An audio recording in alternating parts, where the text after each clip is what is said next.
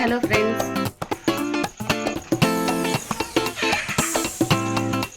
వీడియోని మొదటి నుంచి చివరి దాకా చూడండి. ప్లీజ్ నన్ను సపోర్ట్ చేయండి.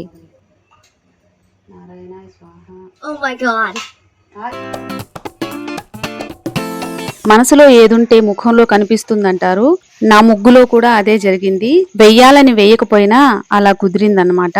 చాలా బాగా వచ్చింది కదా. ముందుగా మీ అందరికీ వినాయక చవితి శుభాకాంక్షలు. చూస్తున్నారు కదండి, ఇప్పుడు దాదాపుగా టైము 5:30 అలా అవుతోంది. ఫ్రెష్ అయిపోయాను, చెత్తలు దోసేసాను, ఆ పనులన్నీ అయిపోయాయి. ఇంకా కిచెన్లోకి వచ్చేసాను. ముందు రోజు నానబెట్టుకునేవి చేసుకునే పనులతో పాటు ఫ్రెష్ అవ్వంగానే కొంచెం నైవేద్యం కోసం బియ్యము పెసరపప్పు నానబెట్టేశాను.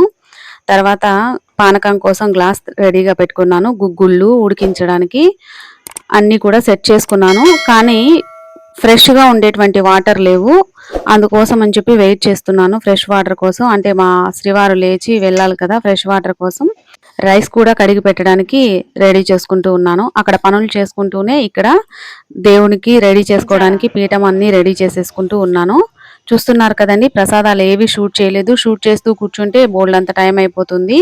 అందుకోసమని ఎక్కడ ప్రసాదాలు అక్కడే ఉంచేసి మరీ వీడియో తీశాను. అన్ని ఒకచోట అసెంబుల్ చేయలేదు. ఇదేమో చలిమిడి, అలాగే వడపప్పు, పానకం, పెరుగన్నం, పులిహోర, బెల్లమన్నం, కేసరి, గుగ్గుళ్ళు ఇవేనండి ప్రసాదాలు. వరలక్ష్మి వ్రతం రోజు చేసినటువంటి పొరపాటు అనేది ఈ పూజ రోజు చేయకుండా చాలా ప్రశాంతంగా చేసుకున్నాను. అంటే పూజలో పొరపాటు కాదు, ప్రసాదాల కోసం ఎక్కువ టైం కేటాయించడం, పదే పదే లేస్తూ కూర్చోవడం, మరలా కిచెన్లోకి వెళ్ళడం రావడం ఇలా అవ్వడం వల్ల ఎందుకో ఎక్కువ అలసిపోయినట్లుగా, ఎక్కువ టైం తీసుకున్నట్లుగా అయిపోయింది. అందుకోసం అనేసి ఈసారి ఏం చేశానంటే మొత్తం అన్నీ కూడా తీసుకొచ్చి చక్కగా అలంకరించుకొని పూజ దగ్గర అన్నీ పెట్టుకొని తర్వాత కూర్చొని పూజ అనేది చేసుకోవడం జరిగింది. అందుకేనేమో చాలా అంటే చాలా ప్రశాంతంగా జరిగిందండి పూజ మాత్రం. అందులోనూ మనకి సాటర్డే అంటే 9 to 10:30 వరకు రాహుకాలం ఉంటుంది. రాహుకాలం రావడానికి ముందే కలశ స్థాపన అన్ని కూడా చేసేసి మిగతా పనులంతా నీట్ గా రెడీ చేసుకున్నాక రాహుకాలం అయిపోయేసరికి టెంకాయ కొట్టడం అన్ని చేసుకోవడం జరిగింది. చిన్నప్పుడు వినాయక చవితి అంటే చక్కగా మట్టితో గణపతిని తయారు చేసుకోవడమో లేదంటే అచ్చులు వేసి అమ్మేటువంటి వాళ్ళ దగ్గర కొనుక్కొచ్చుకోవడమో చేసి దగ్గరలో ఉండేటువంటి ఆకులన్నీ సేకరించుకొని దేవుడికి చక్కగా పూజ చేసుకునే వాళ్ళము. అమ్మ వాళ్ళు కుడుములు చేసేవాళ్ళు, అవే ఇంటింటికి పంచుకునే వాళ్ళము. అలాగే గుడికి కూడా తీసుకువెళ్ళే వాళ్ళము. కానీ ఇప్పుడు పూజలంటే అసలు భక్తి ఉందో లేదో తెలియదు కానీ వాళ్ళ స్టేటస్ సింబల్స్ మాత్రం తెలిసిపోతున్నాయి అన్నమాట. అంటే వాళ్ళు చేసేటువంటి ఖర్చు అలా వేలల్లో కాదు లక్షల్లో ఉంది.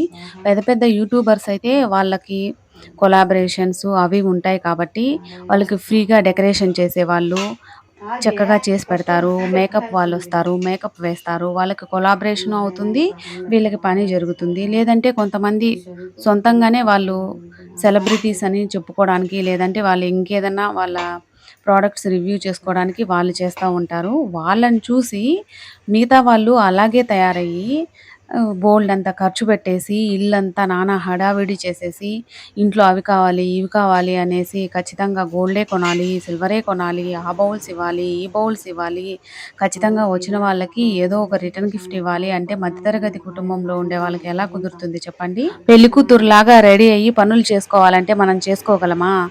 ఒకటి అరా ప్రసాదాలు చేసి వాళ్ళకేమి పని వాళ్ళు ఉంటారు, చక్కగా మిగతావన్నీ కూడా అమర్చేదానికి ఉంటారు. వాళ్ళకి ఆ వీడియోకి వచ్చేటువంటి వ్యూస్ తోనే లక్షల్లో సంపాదన వస్తుందండి. మనం కూడా ఆ స్టేజ్కి ఎదిగినప్పుడు ఒక యూట్యూబర్గా చక్కగా మనం కూడా అన్ని చేయగలుగుతామేమో. కాబట్టి పులిని చూసి నక్క వాత పెట్టుకున్నట్లుగా వాళ్ళు ఏదో చేస్తున్నారు వీళ్ళు ఏదో చేస్తున్నారు మనం కూడా అలాగే చేయాలి, ఇంకా గ్రాండ్గా చేయాలి అని భర్తల్ని పీకు తినడం మంచిదేనా చెప్పండి. నేనైతే అందరి గురించి చెప్పడం లేదండి, అలా ఆలోచించేటువంటి వాళ్ళ ధోరణి మార్చుకోమని మాత్రమే చెప్తున్నాను. నేను కూడా ఒక్కోసారి అనిపించేది, అబ్బా వాళ్ళు ఇంత బాగా చేస్తున్నారు అంత బాగా చేస్తున్నారు, అవి ఆన్లైన్లో కొనుక్కున్నారు ఇవి కొనుక్కున్నారు, మనం ఏంటి జాబ్ చేసుకోవడం అవేమి చేసుకోలేకపోతున్నామే, అలా ఉండలేకపోతున్నామే, వాళ్ళంతా గోల్డ్ కొన్నారు అని ఆలోచించేదాన్ని. చేతికి ఉన్న 5 వేలే సమానంగా లేనప్పుడు మనుషుల్లో భావాలు మనుషుల ఆలోచనలు మాత్రం ఒకేలాగా ఉంటాయని ఎలా అనుకుంటాం చెప్పండి. నాకు నేనే మరలా సర్ది చెప్పుకొని మనకున్నది ఉన్న దానిలో తృప్తి పడడమే సంతోషం అనేటువంటి కంక్లూజన్కి ఈజీగా వచ్చేస్తాను. నాలో ఉండే క్వాలిటీ అదే. పూజలో భక్తి ముఖ్యం. ఆ సూత్రం మాత్రమే ఫాలో అవుదామండి.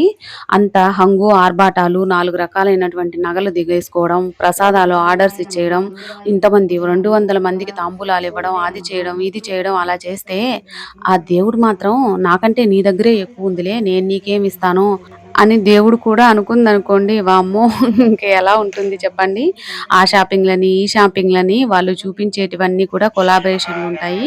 ఇంకా కొందరుంటారు. వాళ్ళైతే మేము ఆ పూజలు చేశాం, ఈ పూజలు చేశామని వాళ్ళు చెప్తూ ఉంటారు. వాళ్ళకొచ్చు, వాళ్ళకి తెలిసిన పూజలు వాళ్ళు చేసుకుంటున్నారు. అంతేగాని మనల్నేం చేయమని ఫోర్స్ చేయట్లేదు కదా! కాబట్టి దేవుడిని భయపెట్టే పూజలు కాకుండా కొంచెం భక్తితో పూజలు చేసుకుందామండి. ఆ విధంగా ప్రతిరోజు తలస్నానాలు చేసి చేసుకున్నామనుకోండి, అంతే మన ఆరోగ్యం ఢమాలైపోతుంది.